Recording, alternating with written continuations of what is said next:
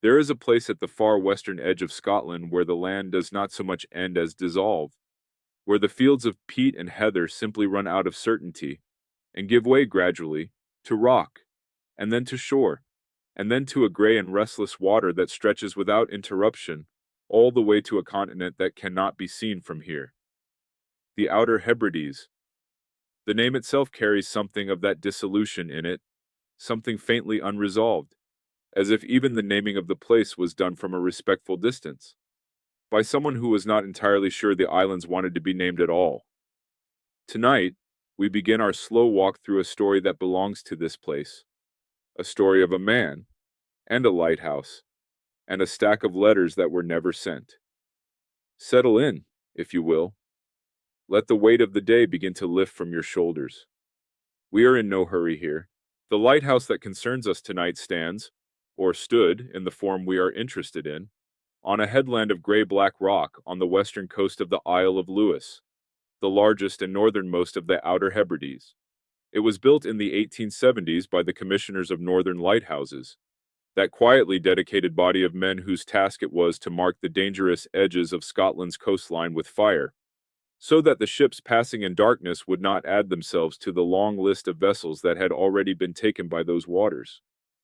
The structure itself was not especially grand, a white-painted tower of perhaps 22 meters, attached to a low keeper's cottage of the same whitewashed stone, surrounded on three sides by nothing at all, and on the fourth by a low wall that separated the lighthouse compound from the open moorland behind it. From the lantern room at the top, on a clear day, you could see perhaps 20 miles of open Atlantic before the curvature of the earth took the horizon away from you. On most days, however, clarity was not what the weather offered. The light from that tower swept the water every few seconds, steady and unhurried, the way a careful person draws a hand across a surface they are trying to understand. Ships making for the Minch, the channel between the Outer Hebrides and the Scottish mainland, would have seen that beam from many miles out. A slow pulse in the dark, reliable as breathing. The keepers who maintained it understood that their work was, in a very direct sense, the difference between a ship finding its way and a ship finding the rocks. There was a weight to that understanding that did not make the keepers dramatic or boastful about their work. Quite the opposite. The men who tended these lights tended to be quiet people, people who had made a kind of peace with solitude, and with the knowledge that the most important thing they did each day was simply to keep a flame alive.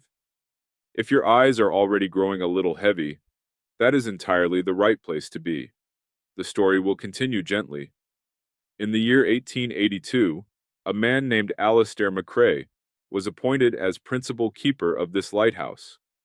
He was 31 years old at the time of his appointment, a native of Lewis, the son of a man who had worked the fishing boats out of a small village on the eastern coast of the island. Alastair had spent several years as an assistant keeper at two other lighthouses on the Scottish coast before being given his own station. And by the time he arrived at this particular headland with his trunk, and his books, and his tin of personal effects, he was already a man who had learned to be comfortable with the particular texture of lighthouse life, the regularity of it, the self-containment, the way each day repeated the essential shape of the day before it, with only the weather providing any variation in the pattern. He climbed the iron stairs of his new lighthouse for the first time on an afternoon in early October, when the light was already beginning to fail, and the Atlantic was the color of old pewter, and he lit the lens at dusk and watched the beam go out across the water. And then he sat down at the small wooden table in the keeper's cottage, and did something that he would continue to do, in that same chair, at that same table, for the next 23 years. He wrote a letter. We do not know, with the certainty we might wish for, everything about Alastair MacRae. The historical record, in the way of historical records concerning ordinary men of that era, is incomplete, and in places silent. There are entries in the lighthouse logbooks, methodical, weather-focused, professionally restrained, as all such logbooks were required to be. There are brief references in the records of the commissioners of northern lighthouses, appointments, assessments, a commendation from the 1890s for work done during a particularly severe winter. There is a census entry or two, listing him as resident, occupation lighthouse keeper, status unmarried, and there are the letters, 112 of them, written over the course of more than 2 decades, none of them ever sent, all of them addressed to a woman named Katrina. It is from these letters, above all, that we will construct our understanding of this man, and this place, and this long, quiet vigil at the edge of the world. The letters were discovered when the lighthouse was decommissioned in the 1960s, by which time Alastair himself had been dead for more than 40 years. They were found in a locked tin box beneath the bunk in the principal keeper's room, a small, dense rectangle of correspondence, tied with a length of cotton cord that had gone brittle and slightly amber with age. The archivist who first opened the box later wrote a short account of the discovery, noting that the letters were in excellent condition, that the handwriting was clear and consistent throughout all 2 decades of correspondence, and that the first letter and the last letter both began with the same 3 words. She did not say, in her account, what those words were. We will come to them in time. For now, it is enough to know that they existed, that they waited quietly in that tin box through all the years of silence after Alastair was gone, patient as the lighthouse itself, holding their words in the dark. Rest now, if rest is finding you.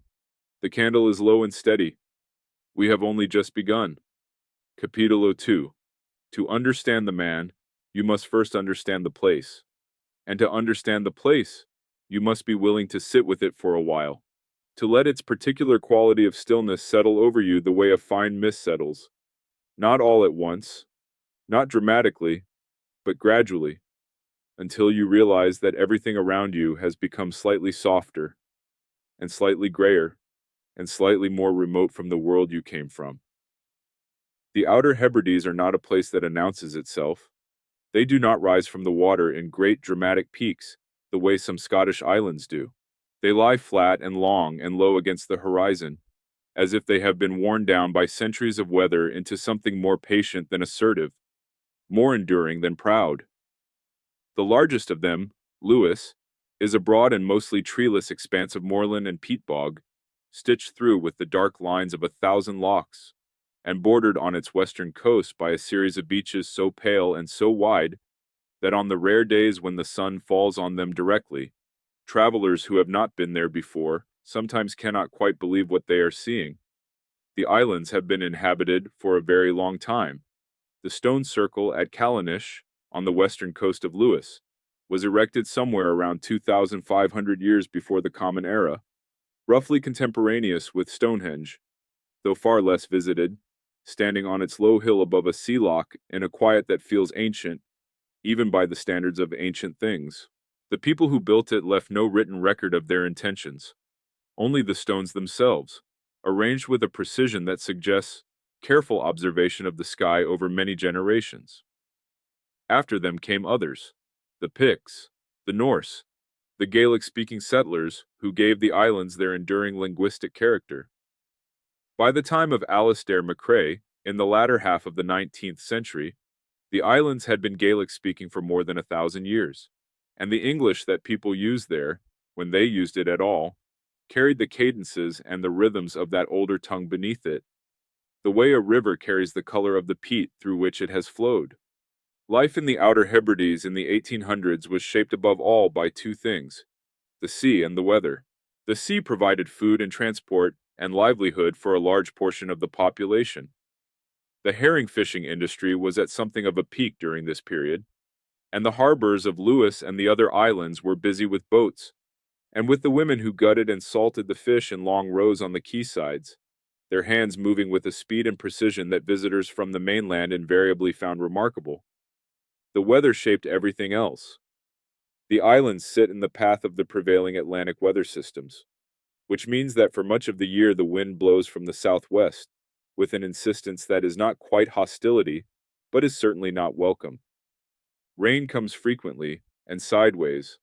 Fog comes in from the sea without announcement, and sits over the land for days at a time, softening all edges, muffling all sounds, making the distance between one village and the next feel considerably greater than it is. The interior of Lewis, away from the coast, was in this period a landscape of almost uninterrupted peat bog. Peat was the primary fuel for the island's households, cut in the spring, stacked to dry through the summer, brought inside before the autumn rains returned. The cutting of peat was communal work, done with a specialized spade called a tyres gear, and it followed rhythms that had not changed in any essential way for centuries.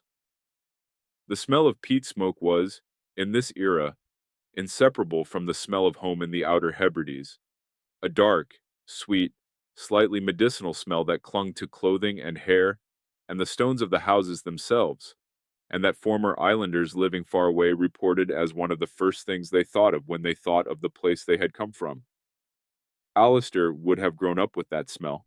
It would have been the smell of his father's house, and his grandmother's house before that, and of every winter evening he had ever known before he took up his post in the lighthouse and learned to live with the smell of lamp oil instead. The communities of Lewis in the late 19th century were predominantly crofting communities, small agricultural settlements built around the system of land tenure known as crofting, in which families held small plots of land for cultivation and grazing under the authority of a landlord. The history of crofting in the Outer Hebrides is not an entirely comfortable one.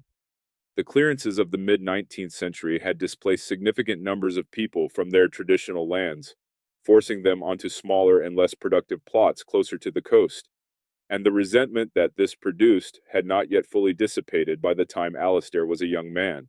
There were land agitation movements, rent strikes, confrontations with landlords and their agents. The Crofters' War, as it came to be known, reached its peak in the early 1880s, just at the time that Alistair was moving from assistant keeper to principal keeper, and while the Lighthouse, as a Crown institution, stood somewhat apart from the politics of land tenure, the men and women who tended these lights were not unaware of the struggles of the communities around them. It is worth pausing here, in the gentle way this story asks us to pause, to imagine the quality of the darkness on these islands in the winter months of the 1800s. There was no electric light. The villages were lit by peat fires and by oil lamps, and once those were extinguished, the darkness was very nearly total. The kind of darkness that city dwellers in later centuries would find difficult to imagine, a darkness with texture and weight to it, in which the stars, when the clouds permitted, were visible in extraordinary numbers and clarity. Against that darkness, the beam of a lighthouse was not merely useful, but something closer to companionable, a steady, slow rotation of light across the black water, a reminder that somewhere on the headland someone was awake, someone was keeping watch. If your own eyes are growing heavy in the darkness of wherever you are resting tonight, let that image hold you gently, a light, turning slowly, someone keeping watch.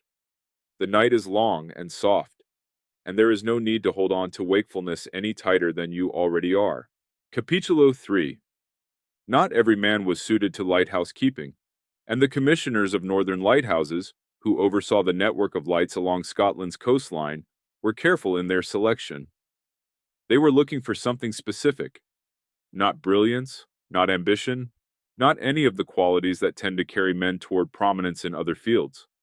They were looking for steadiness, a man who could be trusted to perform the same tasks, in the same order, at the same times, day after day, and night after night, without growing careless through familiarity or restless through repetition.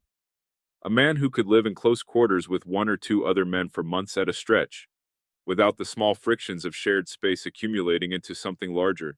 A man who understood that the light was not his, that his relationship to it was one of service rather than ownership, and that the ships that passed in the darkness beyond his window were depending on him in a way that asked for nothing dramatic, only for consistency, only for the flame to be burning when it was supposed to be burning, the lens to be clean when it was supposed to be clean.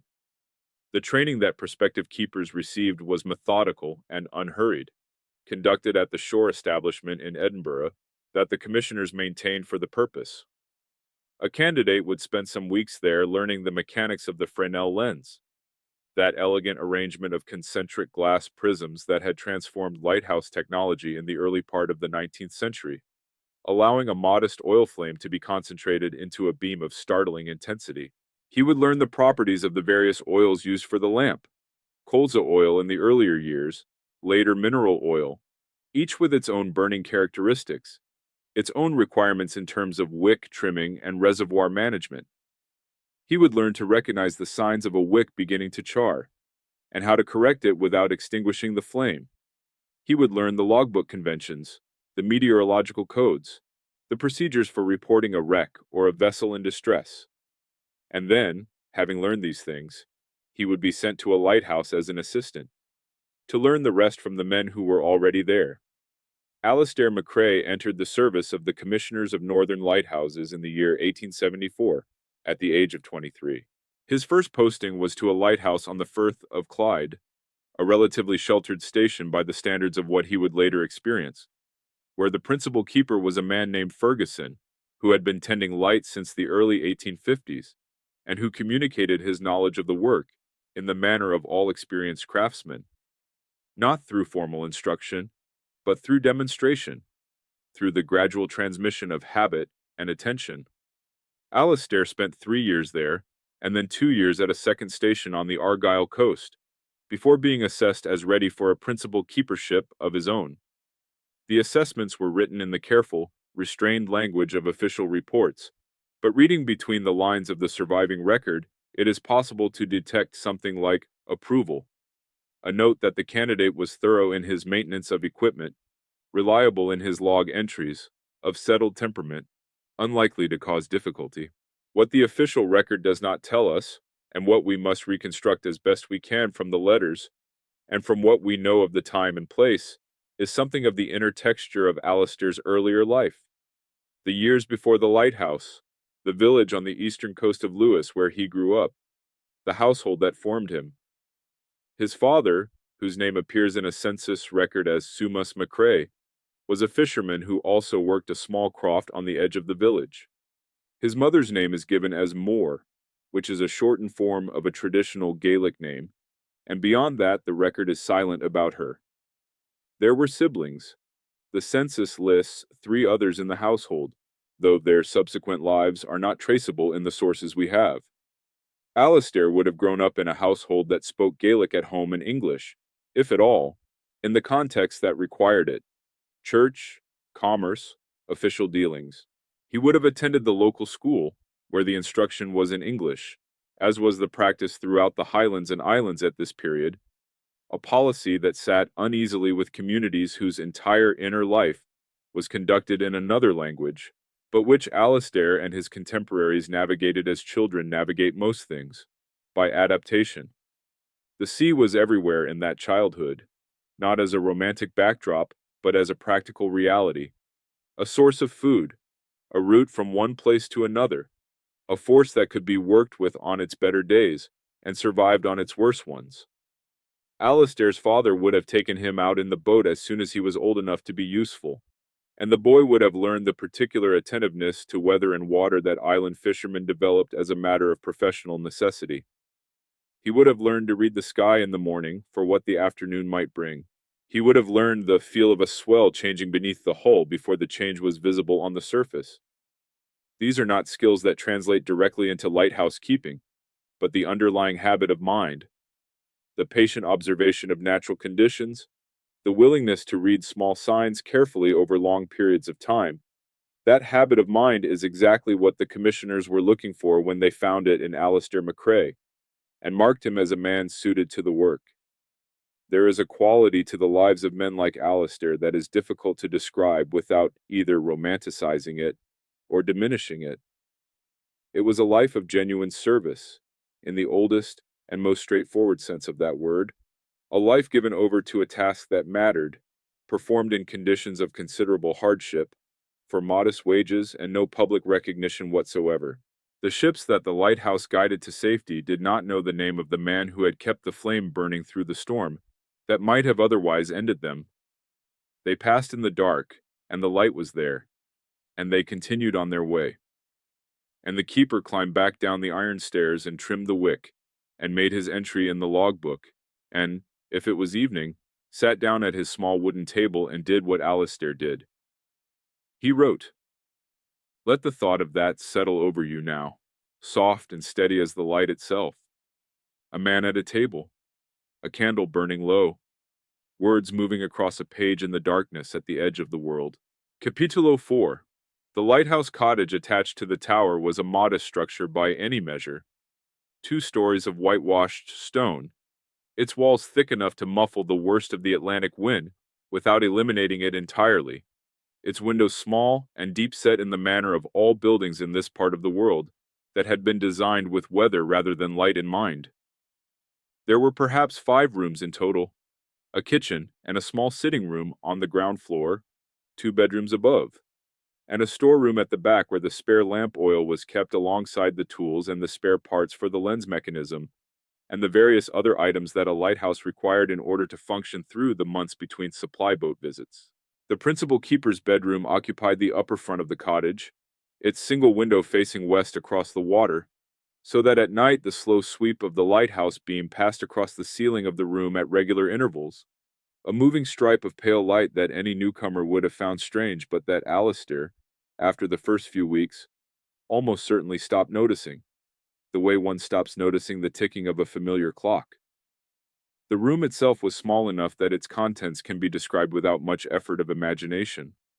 There was a narrow iron bed frame, the mattress filled with wool, covered in winter with a blanket of the heavy local tweed that was woven on Lewis and the neighboring islands, and that had a smell and a texture entirely its own. Dense, slightly oily from the lanolin still in the wool, warm in a way that synthetic materials do not quite replicate. There was a wooden chest at the foot of the bed for clothing and personal items. There was a small washstand with a ceramic basin and a pitcher, filled each morning from the rainwater tank at the side of the cottage. There was a single wooden chair, and there was the table, small, positioned directly beneath the window, its surface marked with the rings left by years of tin mugs and the faint indentations left by years of writing. This was where Alistair spent his evenings. This was the geography of his inner life. On the table, in the evenings, there would have been a lamp, a smaller version of the great mechanism in the tower above, burning the same mineral oil, casting a circle of warm yellow light across the table's surface and leaving the corners of the room in a comfortable dimness. Beside the lamp, a tin mug of tea, stewed dark in the way that men living alone tend to make their tea when there is no one to object to the strength of it. And then the writing materials. A bottle of ink, a pen with a replaceable nib, a stack of paper that arrived on the supply boat along with the oil and the food and the occasional parcel from the mainland. The paper was not expensive. It had the slight gray tinge of paper that has not been made from the finest materials, but it was smooth enough to write on without difficulty, and Alistair used it carefully, filling each page from margin to margin in a hand that was small and consistent and slightly compressed, as if he was conscious, even in his private correspondence, of not wasting what he had been given. Below the bed, pushed back against the wall and accessible only if you kneeled and reached into the shadow, was the tin box. It was a standard issue tin of the kind used for storing biscuits or tea, roughly the size of a small book, with a hinged lid that could be secured with a small padlock, and was, always, when Alistair was not adding to its contents. The letters went in folded twice, in the order they were written, each one dated at the top right corner in the same small, careful hand. Over the years, as the bundle grew, it became necessary to tie it with cord to keep it from spreading across the interior of the box. The cord was replaced at least once. The earliest letters show the marks of a thinner binding than the one that held them when the box was finally opened, decades later, in the 1960s.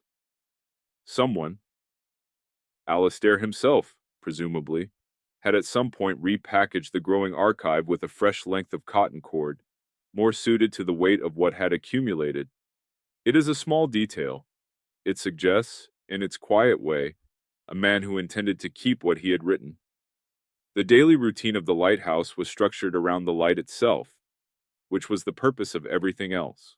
The principal keeper rose before dawn to extinguish the lamp at first light, or rather, to begin the process of extinguishing it, which involved lowering the flame gradually rather than snuffing it abruptly, so as not to stress the glass of the lens with the sudden change in temperature. The lens was then cleaned. First the outer surfaces with a soft cloth, then the more intricate inner prisms with a brush of fine bristles, and a solution that cut through the residue left by the burning oil. The brass fittings of the mechanism were polished. The clockwork that drove the rotation of the lens, a descending weight system that had to be wound at regular intervals through the night, was inspected and lubricated. The oil reservoir was checked and refilled. All of this was logged in the careful shorthand of the official logbook, along with the weather observation, wind direction and estimated force, visibility in nautical miles, sea state, cloud cover, and any notable events. A passing vessel, an unusual bird, a repair that had been made or needed making. In the afternoons, when the maintenance tasks were complete and the long wait for dusk had begun, there was time of a different quality, time that did not belong to the light, or to the commissioners, or to any external requirement, but simply to the man who occupied it. Some keepers read during these hours, some worked with their hands, carving, mending, the small practical repairs that a remote posting always generated.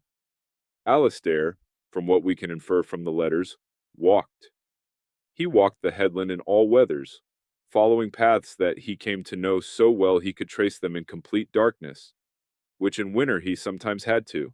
He knew every rock on that headland, every hollow where the wind dropped, every outcrop where the seabirds gathered in the spring. He describes these things in his letters with the easy familiarity of someone describing the furniture of a room they have lived in for a long time, casually, without effort, as if the landscape were simply an extension of the interior space he already occupied. And then, as the light began to fail, and the time came to climb the stairs again and light the lens and begin the long night watch, he would return to the cottage, and to the table, and to the paper, and to the words that were waiting for him there. The room, quiet and still.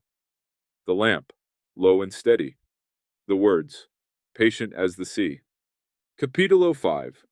The first letter in the bundle is dated the 14th of October, 1882, 12 days after Alastair's arrival at the Lighthouse, which we can confirm from the opening entry in the station logbook for that month. It is written on a single sheet of the gray-tinted paper, front and back, in the small compressed hand that would remain consistent across all 112 letters that followed it. At the top right corner, the date. At the top left, an address. Not a postal address, not a street in town, but simply a name, Katrina. Just the one word, written with a slight extra pressure of the pen that might indicate care, or deliberateness, or simply the habit of a man who began his letters the way he began his logbook entries, with a clear identification of what this page was and to whom it was directed. The letter begins, as the archivist noted without elaborating, with 3 words. Those 3 words are, I am here, I am here. It is not a dramatic opening. It does not reach for poetry or for the kind of grand declaration that a man composing for an audience might choose. It is simply a statement of location, of presence, of the fact of having arrived somewhere, and of wanting that fact to be known to someone specific. What follows it, across the remainder of the first page and down to the bottom of the second, is a description of the lighthouse and its surroundings that reads less like a letter than like an account written for oneself. Detailed, careful, moving from the general to the particular in the methodical way of a man trained to observe and record. He describes the tower, its height, the number of stairs, the quality of the ironwork on the railing. He describes the keeper's cottage, the thickness of the walls, the smell of the previous occupant's pipe tobacco that still lingered in the kitchen. He describes the view from the lantern room at the top of the tower, looking west at dusk on his first evening, the water, the color of the sky, the way the last of the light held in a thin line along the horizon for what seemed longer than it should have, before finally releasing. What he does not do, in this first letter, is explain. He does not say who Katrina is, or where she is, or why he is writing to her, rather than speaking to her, or why the letter will not be sent.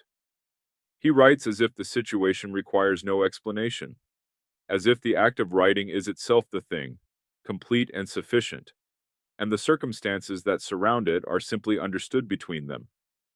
This quality persists through all the letters that follow. There is never, in any of them, a passage that could be read as accounting for the correspondence.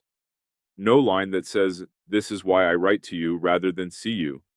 No reference to any arrangement, or understanding, or impossibility that might illuminate their connection.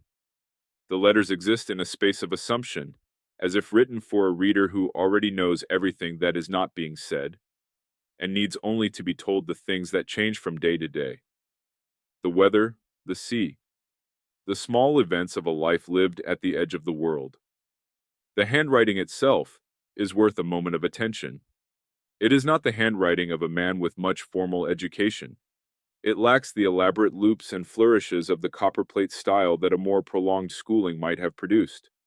But it is not uneducated either. The letters are well formed and consistent, the spacing even, the lines straight without the aid of ruled paper beneath. It is the handwriting of someone who writes regularly and has written regularly for a long time, who has developed through practice a style that is his own, neither borrowed from a teacher nor affected for the sake of appearance. Reading it, if you were to hold the original pages, you would have the sense of a man who was comfortable with language, who had lived with it as a tool, who used it carefully without making a performance of the care. The letters contain no misspellings that the archivist noted, and no crossings out in the first letter, though later letters show occasional small corrections, words replaced with words that apparently seem more accurate upon reflection. The description of the view at dusk on that first evening occupies the final third of the first letter, and is worth dwelling on, not because it is extraordinary writing, but because of what it reveals about the quality of attention Alistair brought to his new surroundings. He writes about the particular gray of the Atlantic in the autumn light, a gray that he says is not flat or dead but full of movement, full of the memory of color, as if the blue of summer is still present in it somewhere, just below the surface. He writes about the sound of the water on the rocks below the headland, which he describes as a sound that is not quite a rhythm, but almost one, something that approaches regularity, and then departs from it before settling, over and over, in a way that he finds restful, rather than frustrating. He writes about a bird he saw on the headland that afternoon, a bird he does not name, that he describes only by its size, and the particular quality of its stillness as it stood on a rock near the water's edge, looking out to sea in what he calls, with a slight self-awareness, much the same direction I was looking. And then the letter ends. No closing salutation, no formal sign-off, no instruction to write back. Just the description, and then the white space of the page's end, and then the fold, and then the box. If your breathing has slowed a little by now, if the edges of the room around you have grown soft and indistinct in the way that rooms do, when the mind begins to release its hold on the details of the day, then you are in exactly the right place for what this story asks of you. There is no urgency in these pages. There is no revelation waiting around a corner that requires you to remain alert for its arrival. There is only the lamp on a small table, and a man writing in the quiet of an October evening at the edge of the known world, and the words moving across the paper in their careful, unhurried way, as steady and as patient as the light turning in the tower above his head. Rest now, if rest is coming. The letters will still be here when you return. Capítulo 6. The search for Katrina begins, as most searches through the historical record begin, with the most reliable instruments available: the census, the parish register, the electoral roll, and proceeds from there into the softer territory of inference and suggestion, where certainty gives way to probability, and probability gives way, at last, to the kind of quiet not knowing that is perhaps the most honest position available to anyone trying to reconstruct a life from the fragments that time has chosen to preserve. We approach this search without urgency. There is no solution waiting at the end of it that will resolve everything neatly, no document that will declare with authority who this woman was, and what she meant to the man who wrote to her for more than 2 decades without once receiving a reply. What we have instead is a partial picture, assembled slowly from small things, and the partial picture is, in its own way, enough. It tells us something true, even if it does not tell us everything. The name Katrina is the Scottish Gaelic form of Catherine, or Katrina, or any of the other variants of that ancient name that have traveled across languages and centuries, and arrived in different forms in different places. In the Outer Hebrides of the late 19th century, it was a common name, carried by women across several generations in most of the island's larger families, passed from grandmother to granddaughter with the comfortable repetition of a community that valued continuity over novelty in the matter of names. The census returns for Lewis from the years around Alastair's birth and early childhood list a considerable number of women and girls named Katrina, distributed across the various townships and villages of the island. The name alone, therefore, tells us little. It places her on the island, most likely, and within the general range of Alastair's own community and generation, but no further. The parish registers of the Church of Scotland congregations on Lewis, and of the Free Church, which had a very strong presence on the island following the disruption of 1843, record births, marriages, and deaths with varying degrees of thoroughness depending on the minister and the period. From these records, it is possible to identify several women named Katrina who were born within a few years of Alastair's own birth in 1851, and who were resident in or near the village where he grew up. Of these, 3 are plausible candidates in terms of approximate age and geography. One married a man from Stornoway in the early 1870s and appears thereafter in the records of that town, living a life that seems to have proceeded without particular connection to lighthouse stations or their keepers. Another emigrated to Canada in 1876, among the many Lewis families who made that crossing during the emigration waves of the later 19th century, a fact that would certainly explain the absence of correspondence, though it would not fully account for the particular quality of patience in Alastair's letters, which read less like letters to someone unreachable than like letters to someone simply delayed. The third Katrina is the one that the small weight of evidence, such as it is, points toward most consistently. Her surname, in the records, is given as Morrison, Katrina Morrison, born in 1853 in a village approximately 4 miles from Alastair's own. She appears in the census of 1871 as a member of her parents' household, occupation listed as domestic servant, which in this context likely meant that she worked in one of the larger households in the area rather than in any urban setting. She appears again in the census of 1881, and here the record becomes interesting in its incompleteness. She is listed as a lodger in a household in Stornoway, the main town of Lewis. Occupation again domestic servant, status unmarried, age 27. After 1881, she does not appear again in any of the Lewis records that have been examined. She does not appear in the marriage registers. She does not appear in the death registers for Lewis, or for the Scottish mainland, in any of the years that followed, at least not in the records that are searchable. She simply steps out of the documentary record and does not return, the way many women of her class and time stepped out of it, through emigration, through marriage under a name that has not been connected to her, through the 1,000 small erasures that the historical record performed on women who did not own property or hold office, or do anything that the record-keeping apparatus of the time considered worth noting down. What we can say, with reasonable care, is this. There was a woman in Alastair's world, a woman of his own island and approximately his own age, with whom some kind of connection existed before he took up his post at the Lighthouse. The letters suggest familiarity without explaining its origins. They suggest an expectation, never stated, never examined, never revised, that the absence was temporary, that the distance was a circumstance rather than a condition.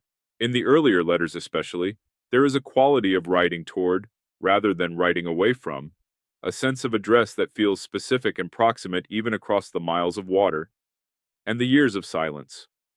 He writes about the lighthouse, as if describing it for someone who will one day see it. He writes about the headland, as if suggesting a walk they have not yet taken together. Whether Katrina Morrison was the woman who received these unspoken invitations we cannot say with certainty. But she is the figure that the record, in its fragmentary and imprecise way, places closest to the empty chair on the other side of Alastair's small table. And here is perhaps where the search is best left to rest, not with a conclusion, but with an acknowledgement of what we do not and cannot know, held gently, without frustration. The not knowing is not a failure of research. It is, rather, a faithful reflection of the quality of the letters themselves, which proceed without explanation, without resolution, without the neat machinery of a story that intends to arrive somewhere definitive. Alastair wrote to Katrina for 23 years without explaining why she had not come. Perhaps he knew. Perhaps the knowing was so settled in him, so long accepted, that it had ceased to require articulation and had simply become part of the texture of his days, like the weight of the wind on the west-facing window, or the slow sweep of the beam across his bedroom ceiling. The room, quiet and still. The question, present but unhurried. The candle, as always, burning low. Capítulo 7. There is a particular quality to time in places where the seasons arrive with force, where the difference between January and June is not merely a matter of temperature or the length of daylight, but something closer to a difference in the of existence itself, in the texture of the hours, in the relationship between a person and the world they inhabit. The Outer Hebrides are such a place. The year on these islands does not turn so much as it shifts between two quite distinct conditions, with the intermediate months of spring and autumn serving as the corridors between them. Transitional spaces, brief and often violently beautiful, before the next settled state takes hold. To understand Alastair's life on that headland across the full span of his years there, it is necessary to understand what each season asked of him, and what each season gave in return, and how the slow accumulation of those seasonal cycles shaped the man who sat down at his table each evening and added another page to the bundle in the tin box. Spring on the Outer Hebrides arrived tentatively, feeling its way into the landscape with the caution of something that had been turned back before and was not entirely confident of its welcome. The days lengthened perceptibly from late January onward, and by March the light had a quality that was noticeably different from the flat gray of the winter months. A pale, slightly golden quality in the early mornings, when the sky to the east over the mainland held a color that Alastair describes in one of his letters as the color of old honey, thin and clear, spread very evenly just above the horizon. The seabirds returned in spring. The gannets appeared first, their white forms visible from the lantern room as they worked the waters offshore in long, purposeful glides, folding their wings and dropping into the sea with a precision that Alastair found worth describing more than once across his letters. The sudden compression of the dive, the small explosion of white water, the pause before the bird surfaced and shook itself, and returned to its gliding. He named one gannet that returned to a particular rock below the headland for several consecutive springs. He called it, with a slight lightness that was rare in his writing, the Inspector, because of the way it appeared to survey its territory from that rock with an air of professional assessment. Summer brought a softening of everything, of the light, of the wind, of the relentless pressure that the Atlantic exerted on the western coast for most of the year. The days in June and July were extraordinarily long at this latitude, the sky still holding a faint luminosity at midnight, the sunrise following so closely after the last of the dusk, that the darkness in between was less a night than a brief dimming, a pause for breath before the light returned. For a lighthouse keeper, these long summer days brought their own particular quality of work. The lamp was lit later and extinguished earlier, the maintenance window correspondingly extended, and there was more time for the afternoon walks that Alastair valued. He describes the summer headland with a warmth that is one of the few places in the letters where his prose loosened slightly from its habitual restraint. The thrift in bloom along the cliff edges, its small pink flowers moving in what remained of the wind, the smell of the warm peat cutting through the salt air on the days when the breeze came from the east, the particular greenness of the moorland grasses after rain, a green so saturated it seemed almost improbable, almost theatrical, against the blue of the sky and the darker blue of the sea below. Autumn was the season that the letters attended to most carefully, and perhaps most lovingly. It arrived on the headland, not with the dramatic color that autumn brings to landscapes with trees. The Outer Hebrides had few trees, and those that existed were bent and stunted by decades of wind into shapes that suggested effort rather than growth. But with a subtler and in some ways more affecting palette, the moorland turning through its range of russets and dark golds, and the deep wine red of the dying heather, the sky acquiring a clarity in October that the summer haze had obscured, so that on the best autumn days the light had a sharpness that made the edges of things, rocks, waves, the horizon itself, appear unusually defined. Alastair writes about October with particular attention. The letter from October of 1885, 3 years into his posting, spends nearly 2 full pages describing a single afternoon walk on the headland. The quality of the light at 4 o'clock, the way a bank of cloud to the northwest was lit from below by the lowering sun so that its underside was a deep apricot orange against the darkening blue of the rest of the sky. He describes it with the careful patience of a man who understands that description is, in this case, an act of preservation, that the afternoon he is writing about will not return, and that the writing of it is the closest thing available to keeping it. And then winter. We will return to winter in more detail later, because winter on these islands deserves its own sustained attention, its own passage of slow description, and because the winter letters in particular have a quality that is different from those written in the other seasons. Longer, more interior, more given to the kind of reflection that darkness and confinement and the absence of ordinary distraction tend to produce in people who are disposed toward reflection in the first place. For now, it is enough to say that winter arrived on the headland with a completeness that left no ambiguity about what it was. The storms that came in off the Atlantic between November and March were not storms in the everyday sense of that word. They were sustained events, lasting sometimes for days, during which the wind reached speeds that made movement outside the lighthouse compound not merely difficult, but genuinely dangerous, during which the sea below the headland became a white confusion of spray and broken water, during which the great lens in the tower above rotated through its patient cycle, regardless, the beams sweeping out into the storm and returning, sweeping out and returning, steady as a heartbeat in the middle of all that turbulence. And in the cottage below, at the small table by the west-facing window, Alastair wrote, the lamp burning, the cord holding the bundle in the box, the seasons turning, as they always had, as they always would, long after the man who watched them so carefully had gone. And if your own breathing has settled into something like a season's rhythm by now, slow and unhurried and regular, then rest there. The story asks nothing more of you tonight than that. Capítulo 8. The letters do not announce their passage of time. They do not open with reflections on how many years have gone by, or with any acknowledgement of the accumulating weight of the correspondence. The growing bundle in the tin box, the cord tightening around an increasing number of folded pages, the slow arithmetic of seasons that each new letter represented. They simply continue, in the same hand, with the same 3 opening words, as if the distance between one letter and the next were a matter of days, rather than weeks or months, as if the correspondence were the most natural thing in the world, and required no more justification than a conversation resumed after a brief interruption.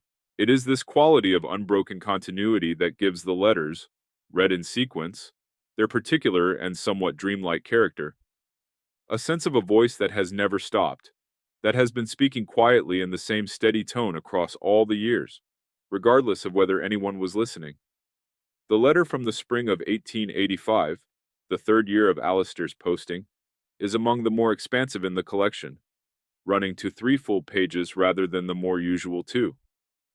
It was written, from internal evidence, over the course of 2 evenings rather than 1, the handwriting shifting very slightly between the 2nd and 3rd pages in a way that suggests a different quality of light or a different degree of tiredness, the letters marginally less compressed, the lines slightly less regular. In this letter, Alastair describes a dream he had the previous week, a detail so unusual in the otherwise outward-facing correspondence that the archivist who first catalogued the letters flagged it with a small note. He dreamed, he writes, that he was walking through a market, a large covered market, full of the sounds and smells of many people and many things being sold, The kind of market that would have been utterly foreign to his experience of life on the island, but that the dreaming mind had apparently constructed with considerable confidence. He describes the stalls, the noise, the particular quality of the light coming through high windows above the crowd. And then he writes, I looked for you at every stall, but the market went on further than I could walk, and I woke before I reached the end of it. The letter from the autumn of 1888 describes the arrival of the supply boat, which came every 6 to 8 weeks, depending on the weather and the demands of the other stations on the route. The supply boat was one of the primary connections between the lighthouse and the world beyond the headland, bringing not only the practical necessities, lamp oil, food staples, replacement parts for the lens mechanism, official correspondence from the commissioners, but also, occasionally, items of a more personal, books ordered from the mainland, a newspaper or two already a fortnight old by the time it arrived, a letter from a family member or a former colleague at one of the earlier stations. Alastair describes the supply boat's arrival with a warmth that is characteristic of what these visits meant to men living in his degree of isolation. He describes the figures on the deck becoming visible through the telescope, the boat coming around the headland, the business of unloading in the sheltered cove below the lighthouse. He describes a particular tin of shortbread biscuits that arrived in that autumn delivery, sent by a woman in Stornoway whose name he does not give, and the way he ate 3 of them immediately, standing at the kitchen table, before remembering that he had intended to make them last. He tells Katrina this as if he expects her to find it amusing, as if the slight self-reproach in the telling is meant for a reader who knows this tendency in him, and will recognize it with something like affection. By the letter from the winter of 1891, which is one of the longest in the collection at nearly 4 pages, a new element has entered the correspondence that was not present in the earlier letters. Alastair describes a seal, not as a passing sighting, but as a recurring presence. A gray seal that had taken to resting on a particular flat rock below the headland, visible from the lantern room on calm days, apparently indifferent to the lighthouse above it and to the man inside it. He writes about the seal with a careful observational interest that is characteristic of his prose at its best.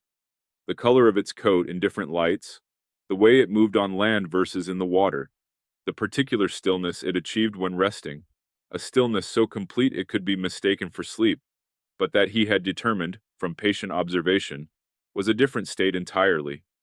Alert without being tense, present without being directed at anything specific. He had given the seal a name. He called it Callum, though he acknowledges with his characteristic slight self-awareness that he had no reliable means of determining whether Callum was always the same individual seal or simply the latest in a series of seals who had discovered the convenience of that particular rock. He mentions Callum in 3 subsequent letters, always briefly, always with the same quality of fond, casual attention, as if reporting on a neighbor whose habits have become a comfortable part of the daily texture of things. The letters from the middle years of the posting, roughly from 1890 through to 1898, have a settled quality that is different from both the earlier and the later correspondence. The earlier letters have a quality of newness, of a man finding his way into the rhythms of his life and his writing simultaneously, feeling for the right words with a slight tentativeness.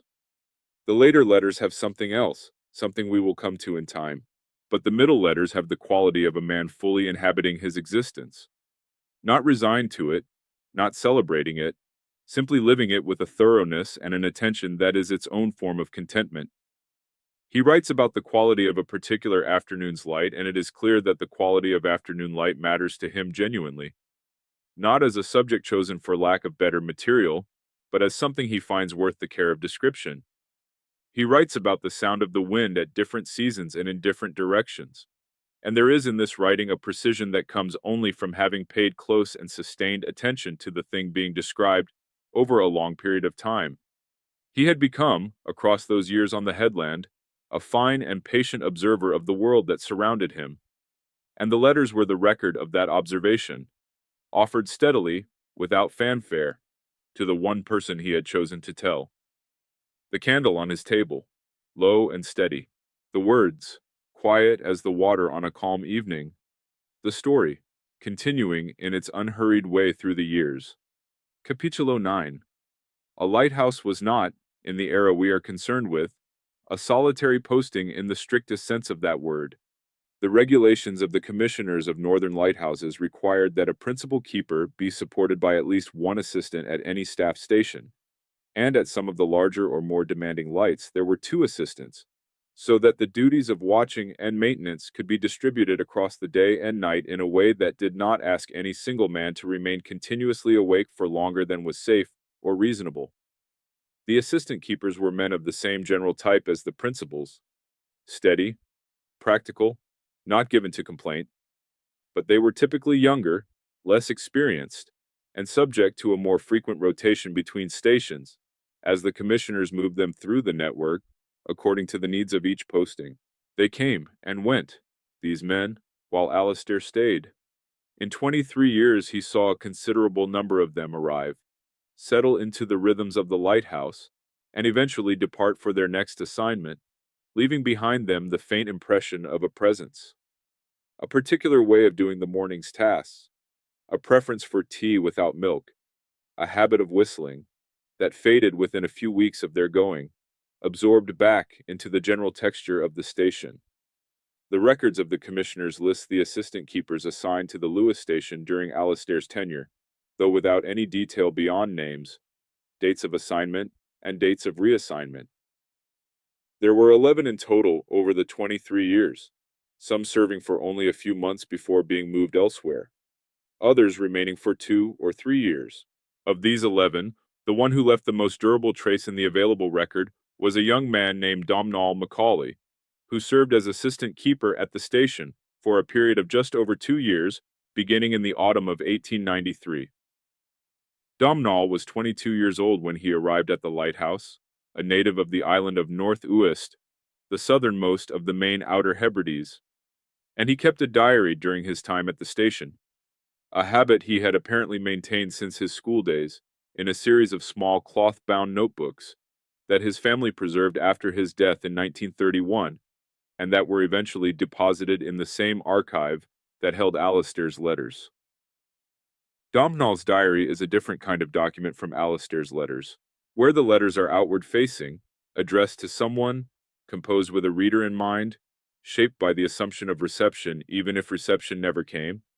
The diary is turned entirely inward, a private accounting of days and impressions, and the small movements of a young man's thoughts during a period of considerable isolation and considerable boredom, punctuated by moments of genuine wonder at the world he found himself inhabiting.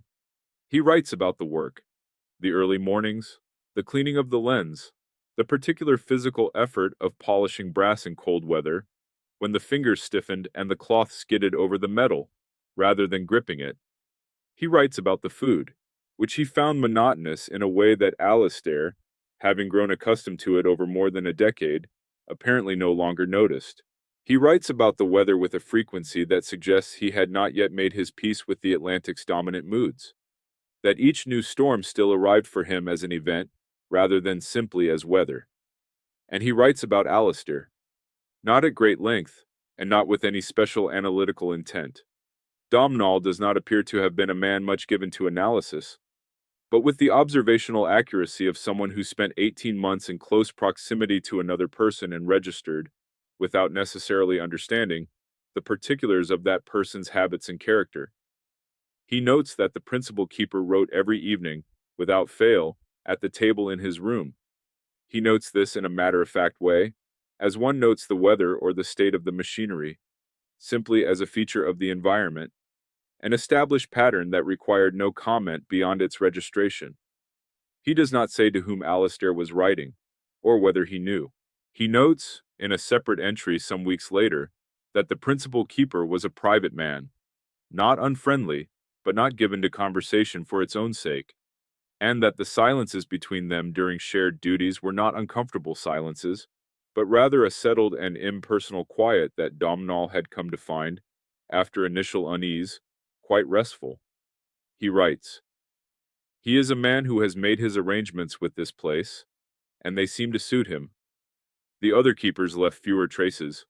A man named Fraser, who served for 3 years in the late 1880s, is mentioned briefly in one of Alastair's own letters.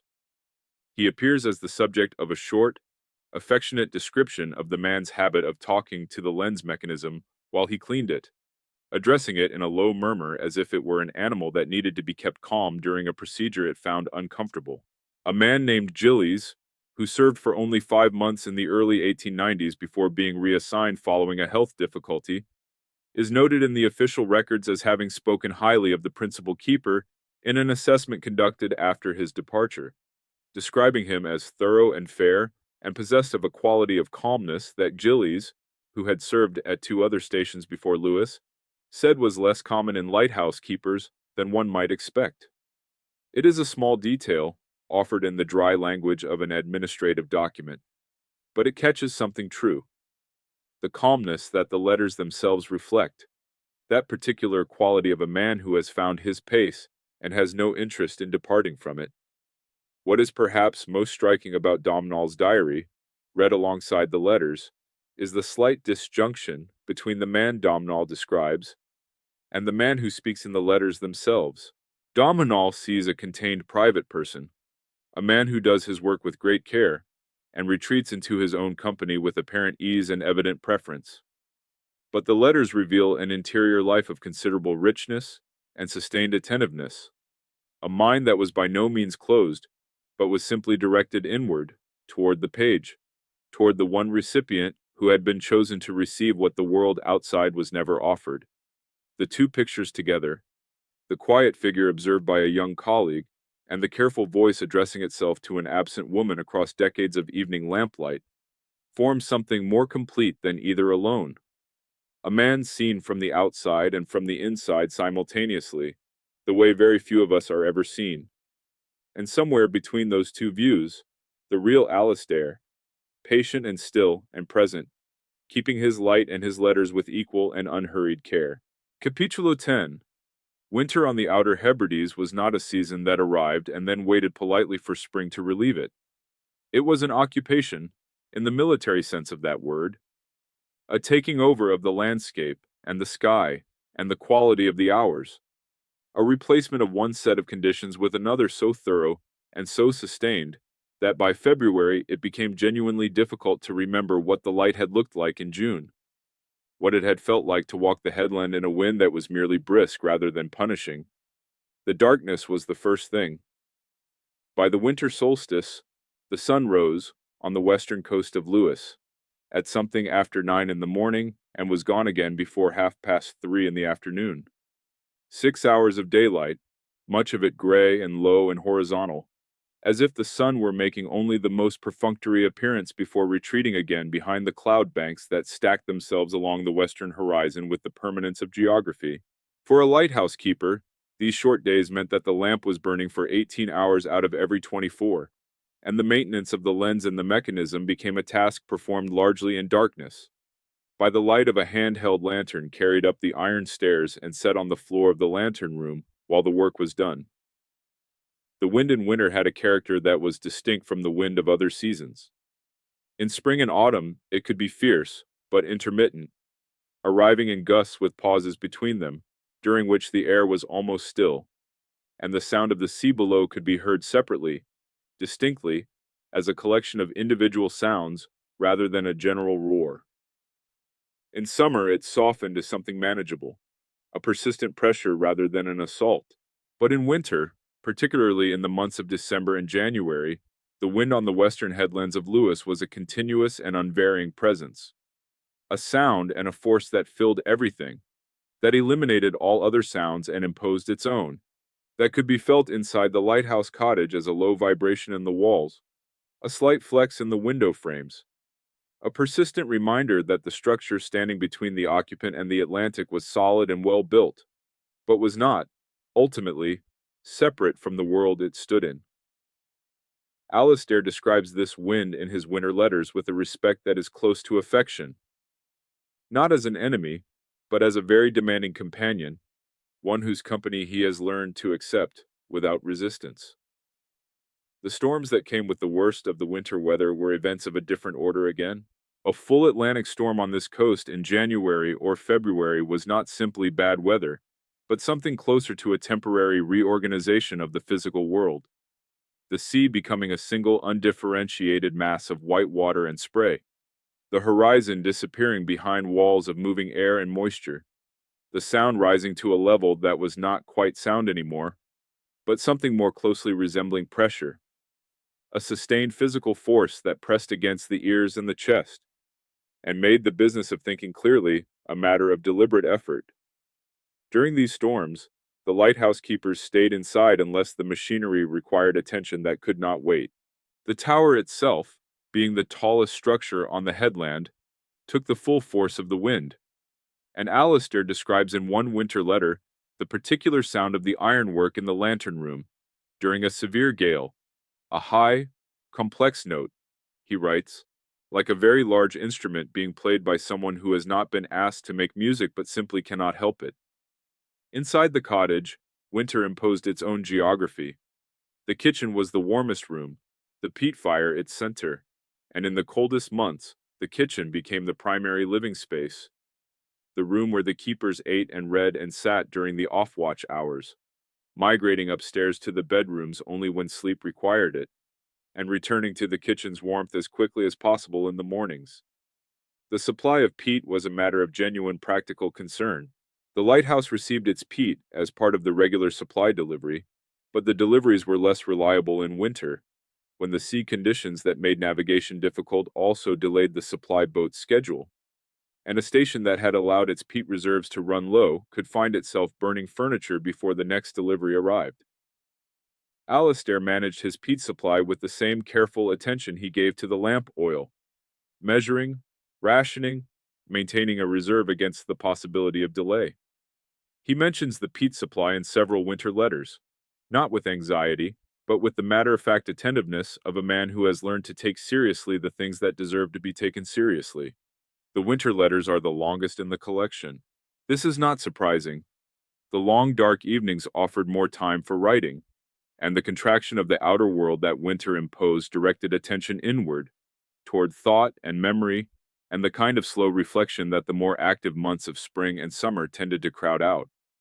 The letter from the winter of 1896 runs to 5 full pages, and is unlike any other letter in the collection, in that it does not describe the external world at all, but concerns itself entirely with a sustained meditation on the of habit, on the way that repeated actions, performed often enough and over a long enough period of time, cease to be actions in any deliberate sense, and become simply the shape of a life, as natural and as unremarkable as breathing. He writes about this with the considered care of a man who has been thinking about it for some time, who has arrived at a position through the patient accumulation of observation and who wants to set it down clearly. He writes, "There is something in a repeated thing that becomes, with enough repetition, a kind of home. Not a place, but a pattern. The pattern is what you return to. The pattern is what holds."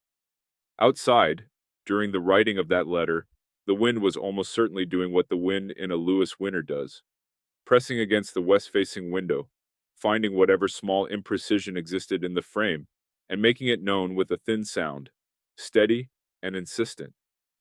The peat fire in the kitchen below would have been giving off its dark, sweet smell, spreading its warmth up through the ceiling into the room where Alistair sat. The lamp on the table would have been burning at the careful low level he maintained during his writing hours, enough light for the page without the waste of a full flame. And the tin box beneath the bunk would have been there in its usual place, in its usual dark, holding the accumulated weight of all the previous winters and all the previous letters with the same patient indifference to time that the lighthouse itself demonstrated, night after night, turning its beam through the storm and the dark, and the long, slow winter that lay between one summer and the next. Rest now, if you are ready. The fire is low. The wind will do what the wind does. You are somewhere warm, and the winter is on the other side of the glass. Capítulo 11. The lighthouse logbook for the Lewis station survives in its entirety across the years of Alistair's tenure, housed in the same archive as the letters, and it is a document of a very different character from the correspondence in the tin box, where the letters are personal, digressive, given to description for its own sake, and to the kind of observation that has no practical purpose beyond the satisfaction of having noticed something carefully, the logbook is official, compressed, and rigorously functional. A record kept not for any private purpose, but as the formal accounting of a Crown institution to the body responsible for its oversight. The entries are short. They follow a fixed format established by the commissioners: date, time of lighting, time of extinguishing, wind direction and force, visibility, sea state, any vessels observed, any incidents or repairs, any communications received or sent. There is no room in this format for the quality of the afternoon light, or the behavior of a particular gannet, or the smell of the heather after rain. There is room only for facts of operational relevance, stated once, in the smallest number of words that will convey them accurately. And yet, read alongside the letters, the logbook becomes something more than a bureaucratic record. It becomes a kind of shadow text, a parallel account of the same days in the same place, stripped of everything that the letters preserved, and preserving instead everything that the letters left aside. The logbook entry for the 14th of October, 1882, the same day as the first letter, reads, in its entirety, winds W, force 4. Visibility moderate, 8 miles. Sea state, slight to moderate. Lamp lit at 18:15. No vessels reported. Station in good order. First night of new appointment, all duties conducted without difficulty. That is all. 12 days of the man's arrival at the lighthouse, the beginning of what would become 23 years of residence, recorded in 43 words that contain nothing of the honey-colored light on the horizon, or the bird on the rock looking out to sea, or the 3 opening words of a letter that would be repeated more than 100 times. The logbook entries for the storm of January 1889 are particularly interesting when read against the letter written during the same period. The logbook is precise and brief. Wind W, NW, force 10 to 11, gusting to 12 at times. Visibility nil in spray. Lamp maintained throughout. Minor damage to the outer door of the store. Repaired on the second day. No vessels reported, conditions prohibitive to navigation. The letter written in the same week is 4 pages long. It describes the sound of the storm in the detail that the logbook's format cannot accommodate. The way the pitch of the wind in the ironwork of the lantern room shifted as the storm intensified, moving through a range of notes, from a low moan to something sharper and more complex, almost harmonic. The way the spray from the waves below the headland reached, on the worst hours of the second night, as high as the lantern room windows, leaving salt deposits on the glass that had to be cleaned before dawn. The way the darkness during the storm was a different quality of darkness from ordinary night, denser and more active, full of the movement of things that could be heard but not seen. The logbook records the storm as a set of measurements. The letter records it as an experience. Together, they describe something that neither alone could fully capture. There is a passage in the logbook from the spring of 1894 that stands slightly apart from the entries surrounding it, notable not for anything it contains, but for the care with which it was written. Most logbook entries show the natural slight variation of handwriting produced by different conditions of light and temperature and fatigue. The letters a little larger on cold mornings when the fingers were stiff, a little more compressed in the middle of a long night watch when tiredness had set in. But the entry for the 15th of March, 1894 is written with a particular neatness and a particular deliberateness that suggests the writer was paying the act of writing itself a degree of attention he did not usually bring to the logbook. The entry records nothing unusual. Moderate winds, good visibility, lamp lit and extinguished at the correct times, station in order. But the handwriting is careful in a way that is almost formal, as if the page were being composed for someone who would read it closely rather than filed in an archive by someone who would never read it at all. No letter survives from the same date. Whatever produced that quality of care on that particular page, it left no trace in the correspondence. The logbook also preserves, in its spare way, the record of the supply boat visits that Alastair described more warmly in the letters. Where the letters give the names of the men on the boat, describe the particular tin of biscuits or the parcel from the mainland, record the brief sociability of the unloading and the slight flatness of the afternoon after the boat had gone. The logbook notes simply, supply vessel called, oil and provisions received, official correspondence exchanged, vessel departed at 1400 hours. The same event, filtered through two entirely different intentions, producing two entirely different documents. Reading them together has a slightly vertiginous quality, the sense of a life being observed simultaneously through two incompatible lenses, each one accurate within its own terms, and each one rendering invisible what the other makes visible, so that the real life exists somewhere in the space between the two records, inaccessible to either, but faintly, persistently implied by both. Perhaps the most affecting juxtaposition in the entire paired archive is the simplest. The logbook for the final year of Alastair's posting, 1905, is identical in format and tone to the logbook for his first year, 1882. The same columns, the same abbreviations, the same measured attention to wind and visibility, and the state of the machinery. 23 years of life on that headland produced no visible change in the official record, no accumulation, no development, no sense of time having passed and left its mark. The lamp was lit, the lamp was extinguished. The wind came from the southwest. The sea was moderate, the station was in good order. And in the room below the lantern, at the small table by the west-facing window, a man was writing. The logbook, quiet and official, recorded the surface of things. The letters recorded something else entirely. Both documents tell the truth. The candle between them, low and steady, illuminates the distance. Capítulo 12.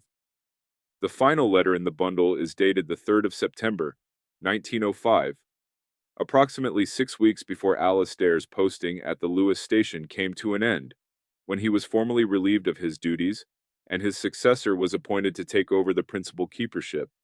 It is written on the same gray-tinted paper as all the others, in the same small, consistent hand, and it begins with the same 3 words that began the first letter, written more than 2 decades earlier on an October evening in 1882. I am here. The phrase, by this point in the correspondence, has ceased to function as a statement of recent arrival, and has become something else entirely, a ritual opening, a threshold crossed at the beginning of each letter that signals the transition from the ordinary hours of the day into the particular quality of attention that the writing required. I am here, present, attending. The lamp is lit, and the logbook is filled, and the machinery is wound. And now, for a little while, there is this. The letter runs to just under 3 pages, slightly shorter than the average for the later letters, though not unusually so. It opens, as many of the autumn letters do, with an account of the light. September on the Lewis headland had a quality of light that Alastair had described before, in letters from previous Septembers, but he returns to it here with a freshness that suggests he found it genuinely worth describing again. That the repetition of the observation across the years had not diminished the observation itself, but had perhaps deepened it. The way a piece of music heard many times becomes not more familiar in a deadening sense, but more fully known, more completely available to the ear that has listened to it patiently. He writes about the way the afternoon light in September fell on the water at an angle that was particular to this latitude and this season, low enough to catch the surface of the waves at their peaks, making each crest briefly bright before the shadow of the trough extinguished it, so that the whole surface of the sea seemed to pulse gently with a slow, distributed light, as if the water itself were breathing. From the light, the letter moves to a description of the headland as it appeared that afternoon during his walk. He notes the state of the heather, past its peak color now, the deep purple fading to a brownish rust that would deepen through October into the dark red of the fully spent plant. He notes the absence of the gannets, who had already begun their autumn withdrawal from the fishing grounds off the coast. He notes the particular quality of the silence on the headland that afternoon, a silence that was not the absence of sound, but the presence of a very specific and restful arrangement of sounds. The distant water, the occasional call of a bird somewhere to the north, the soft movement of the wind through the dried grasses at the cliff edge, that together produce something that he calls with the careful precision that characterizes his best descriptive writing, a quiet that has weight to it, that you can lean against without it giving way. The middle section of the letter is the most unusual passage in the entire collection. For the first and only time across all 112 letters, Alastair writes directly about the act of writing itself, about the letters, about what they have been, and what they have meant, and what it has been to write them across the years. He does not do this with any fanfare, or with the air of a man making a declaration. He moves into it from the description of the afternoon walk as naturally as one thought follows another during a quiet evening, and he writes about it in the same measured, unhurried prose that he uses to describe the light on the water or the state of the heather. He writes, "I have been thinking, this week, about what a strange thing it is to write to someone for as long as I have written to you, and to find that the writing has not diminished, that it does not feel, even now, like a habit that has worn smooth from overuse, but rather like something that has remained in the same condition it was in at the beginning, which is to say, necessary. I write because it is necessary, in the way that lighting the lamp is necessary, in the way that the morning's cleaning of the lens is necessary. Not because someone will come to harm if it is not done, but because without it, something that should be present in the day is absent from it." He does not explain further. He does not say what that something is, or attempt to define the necessity more precisely than he already has. He moves on, after that passage, to a description of the supper he had prepared that evening, a soup of salt fish and barley that he had made before sitting down to write, whose smell was still in the kitchen below, drifting up through the boards in a way that he found companionable rather than intrusive. He describes the soup with the same care he brings to everything else. The color of the broth in the lamplight, the way the barley had thickened it overnight from the previous day's making, the particular satisfaction of food prepared slowly and eaten without hurry. It is a deeply ordinary passage, and it follows the extraordinary one with a naturalness that is characteristic of Alastair at his most himself, the ability to move between the reflective and the immediate without any perceptible change of register, as if both existed at the same level of importance, as if the lamp on the table and the meaning of 23 years of letters and the smell of a fish soup were simply three adjacent facts about a single evening, each one deserving of the same quality of attention. The letter ends with a description of the light going on at dusk. He had climbed the stairs and lit the lens, and stood for a moment in the lantern room, while the beam began its first sweep of the evening, watching it move out over the water and return, move out and return, in the patient rotation he had watched on thousands of previous evenings and would watch, he knew by then, on only a handful more. He does not write about the approaching end of his posting with any particular emotion. He simply notes that the light was burning, that the sea was taking its color from the sky in the way it did at this hour, and that it was, as it had always been, a thing worth having seen. He signs the letter, as all the letters are signed, with his name alone, written in the same careful hand as everything that preceded it. Alastair. Then the fold, then the box, then the dark. Capítulo 13. In the middle of October, 1905, Alastair MacRae descended the iron stairs of the Lewis Lighthouse for the last time as its principal keeper, collected his trunk and his books and his tin of personal effects, and left the station to his successor. The handover, as recorded in the official correspondence between the station and the commissioners of northern lighthouses, was conducted without incident. The incoming principal keeper, a man named Mackenzie from Sutherland, noted in his first logbook entry that he had received the station in good order, the machinery sound and well maintained, the oil reserves at an appropriate level, the logbooks complete and correctly kept. It is the kind of entry that every incoming keeper was expected to write, a formal acknowledgement of a professional obligation properly discharged. But in this case, the language has a particular aptness. The station in good order, everything as it should be, the light ready to continue its patient rotation under a new hand.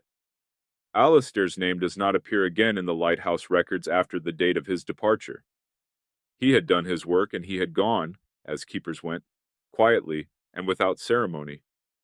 The years after the lighthouse are less well documented than the years within it, which is perhaps unsurprising. The logbook and the official correspondence had provided a continuous, if compressed, record of his life on the headland. The mainland offered no such structure, no institutionally mandated account of his days. What the records show is this: Alastair returned to Lewis after his retirement from the lighthouse service, settling not in the village of his birth, but in Stornoway, the island's main town, where the census of 1911 lists him as a lodger in a house on one of the quieter streets of the town, occupation given as retired, status unmarried, age 59. He is described in the census form as the head of his household only in the narrow sense that he was its sole occupant, renting the rooms in question. He had no dependents, no family members listed at the same address. He was, in the census's blunt accounting, alone. Stornoway in the early years of the 20th century was a town of some modest vitality, a harbor busy with the herring fleet, a high street with shops and a bank and a hotel, a network of churches whose congregations encompass most of the island's Protestant population in their various denominational expressions. For a man who had spent 23 years on a remote headland, it might have seemed a relatively populated world, and yet there is something in the census entry, and in the small amount of other documentation that survives from these later years, that suggests Alastair carried his solitude with him into the town, that the habits of a lighthouse life, the self-containment, the inward direction of attention, the comfort with one's own company, had become so thoroughly his own that they persisted regardless of the setting. He attended church, from what can be gathered from the parish records, and he presumably navigated the ordinary commerce of a town life, the purchasing of food and the payment of rent, and the small negotiations of a shared neighborhood. But he left no correspondence from these years, no diary, no record of friendships or associations that might suggest a life richly peopled. There is one small exception. In the records of the Stornoway Public Library, a Carnegie institution, opened in 1905 and therefore new when Alastair arrived in the town, there is a borrower's register from the years between 1906 and 1912, and in it the name Alasdair McCrae appears with a regularity that suggests a committed reader. He borrowed, in the years recorded, a considerable range of material: natural history, memoirs of seafarers and explorers, some volumes of poetry, a number of books on the geography and geology of the Scottish Islands. He borrowed one book twice, with a gap of several years between the two borrowings, a volume of essays by a now largely forgotten writer on the subject of the Highland landscape and its relationship to the people who had formed themselves in it over centuries. The librarian's register does not record what any borrower thought of what they read, only that they read it. But the repeated borrowing of a single volume, in the case of a man who had access to the entire library's collection, has the quality of a preference being confirmed rather than simply indulged, a returning to something that had been found worth returning to. Alastair died in Stornoway in the spring of 1921, at the age of 69. The death certificate records the cause as pneumonia, following a period of several weeks of illness during the cold, wet March of that year. He was buried in the town cemetery, in a grave that was marked, as most graves of men of his means and his time were marked, with a simple stone giving his name and dates, and nothing else. The grave is still there, the stone still legible, in a quieter corner of the cemetery where the grass grows long, between the rose and the sea wind. Finding its way inland from the harbor, keeps the air moving even on the stillest summer days. It is not a lonely-looking place, or at least no lonelier than any cemetery, which is to say it has the particular quality of a place where the question of loneliness has ceased to apply, where the distinctions that matter among the living have been set aside in favor of a simpler and more final arrangement. Whether Alastair ever found Katrina, in whatever sense finding her might have meant after so many years and so much silence, the record does not say. Whether he looked, whether he knew by then that looking was no longer possible, whether the question had resolved itself for him long before it was formally closed by time and distance. These are things that the documents available to us cannot answer. What we know is that he returned to his island and lived out his remaining years in a modest quiet, and that he took the tin box with him when he left the lighthouse, and that the tin box was found among his effects when he died and was eventually, after the decades-long journey through the hands of whoever settled his small estate and whoever received whatever he left, and whoever after that, deposited in the archive where it was opened in the 1960s, and where its contents were read for the first time by eyes other than his. The letters waited, as they had always waited, as he had, in his own way, waited too. The room settles around that thought, quiet and unhurried, and the night continues on its gentle course. Capitulo 14.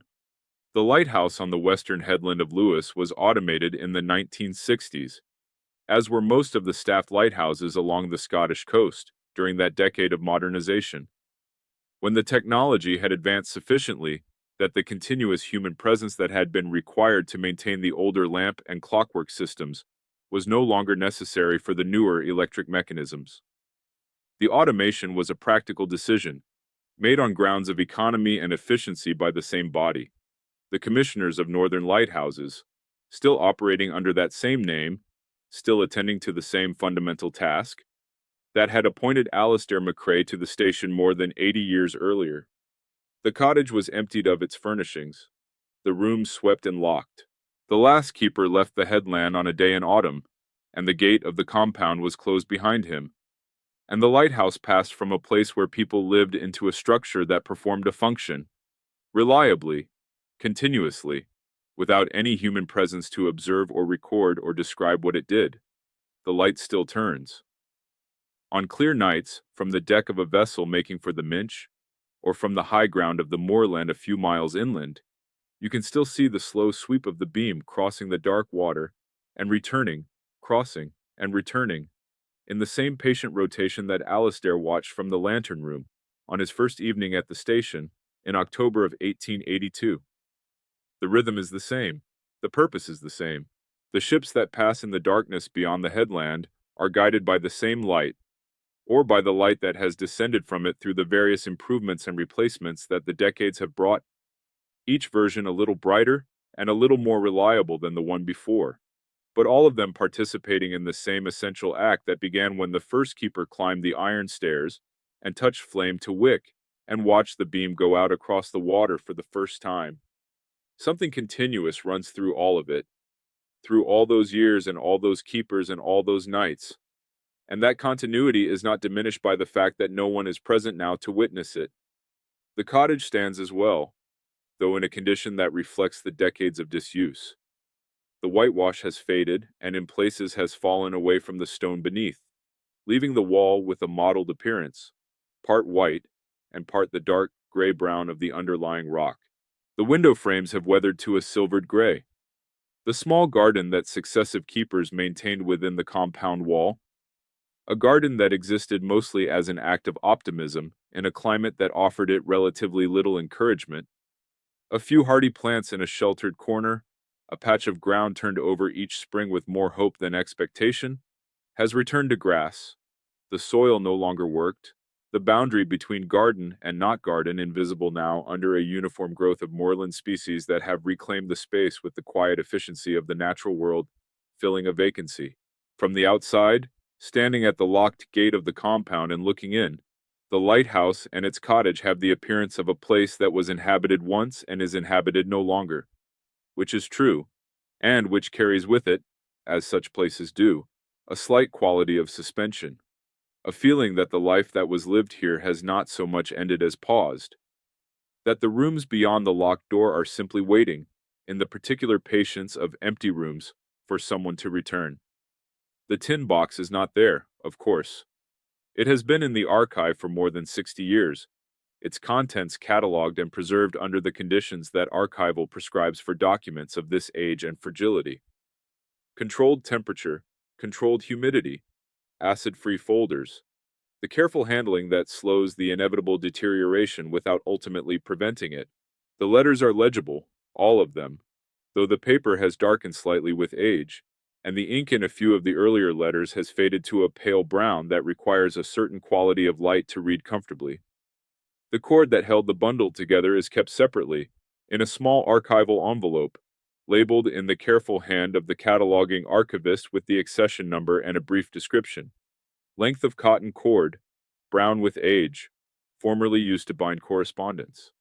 It is a small and entirely ordinary object, a piece of cord no longer than a hand's length, and it sits in its envelope in its drawer in the archive, with the same stillness that everything in archives eventually achieves, the stillness of objects that have outlasted their original purpose and found, on the other side of it, a different and more permanent kind of rest. What does it mean finally to have written 112 letters to someone who never received them, in a room at the edge of the world, across 23 years of evenings, each one beginning with the same 3 words and ending with the same single name? It does not mean what loneliness means, though loneliness was certainly present in the life that produced the letters. It does not mean what devotion means in any simple or sentimental sense, though something in the persistence of the act, its complete indifference to reciprocation, has a quality that is close to devotion's most essential form. It means, perhaps, what the lighthouse itself means, a sustained attention directed outward into the dark, not because there is any certainty that the attention will be received or that the direction of it will be acknowledged, but because the alternative, which is to let the dark be simply dark, seems worse. The light is kept because ships might pass. The letters are written because she might, in some sense that does not require physical presence or postal delivery or any of the ordinary mechanisms of communication, be there. And now the story has done its work, and the night is deep and quiet around you, and the words that have been moving through this telling are settling like the last of a day's light settling below the horizon. Gradually, without drama, leaving behind them not darkness exactly, but a softer and more restful version of the world than the one that existed before. The candle on the table is very low.